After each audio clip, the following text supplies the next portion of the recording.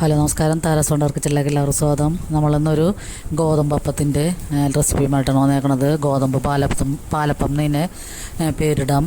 അപ്പോൾ ഗോതമ്പ് പൊടി കൊണ്ട് നമ്മൾ പാലപ്പത്തിൻ്റെ രുചിയിലുണ്ടാക്കുന്ന നല്ല അടിപൊളി അപ്പമാണിത്. ദോശയായിട്ടാണ് ഞാൻ ചുടുന്നത്. അപ്പോൾ ഞാനിത് ഡിന്നറിനായിട്ടാണ് ചുട്ടെടുക്കുന്നത്.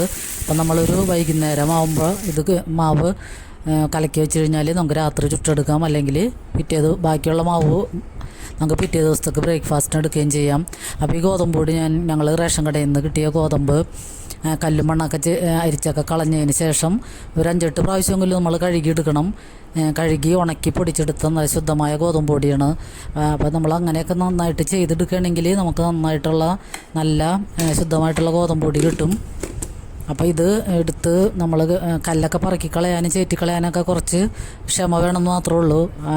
അങ്ങനത്തെയൊക്കെ കഴിഞ്ഞിട്ട് നമുക്ക് കഴുകി ഉണക്കി പൊടിച്ചെടുക്കുകയാണെങ്കിൽ നല്ല ഗോതമ്പ് പൊടി കിട്ടും. അപ്പോൾ നമ്മൾ കടയിൽ നിന്നൊക്കെ മേടിക്കണ പാക്കറ്റ് ഗോതമ്പ് പൊടിയേക്കാളൊക്കെ നല്ല ഹെൽത്തി ആയിട്ടുള്ള ഗോതമ്പ് പൊടിയാണത്. അപ്പോൾ അതിൽ നിന്നൊരു 3-4 ടേബിൾ സ്പൂൺ ഞാൻ മിക്സിയിലൊക്കെ ഇട്ട് കൊടുക്കുന്നുണ്ട്. പിന്നെ നമുക്ക് ആവശ്യത്തിന് തേങ്ങ ഇട്ട് കൊടുക്കാം. ഇവിടെ ഒരു കപ്പ് തേങ്ങയും കൂടി ഇട്ടിട്ടുണ്ട്. പിന്നെ 2 ടേബിൾ സ്പൂൺ പഞ്ചസാര. പിന്നെ ഞാൻ തേങ്ങ പൊട്ടിച്ച വെള്ളം രാവിലെ എടുത്തിട്ട് അതിൽ പഞ്ചസാര ചേർത്ത് കുറച്ച് പഞ്ചസാര ചേർത്തിട്ട് എടുത്ത് വെച്ചിരുന്നതാണ്.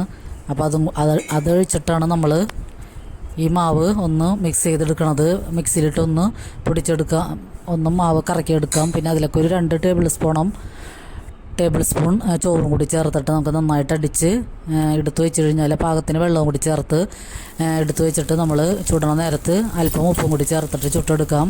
നല്ല അടിപൊളി ദോശയാണിത്.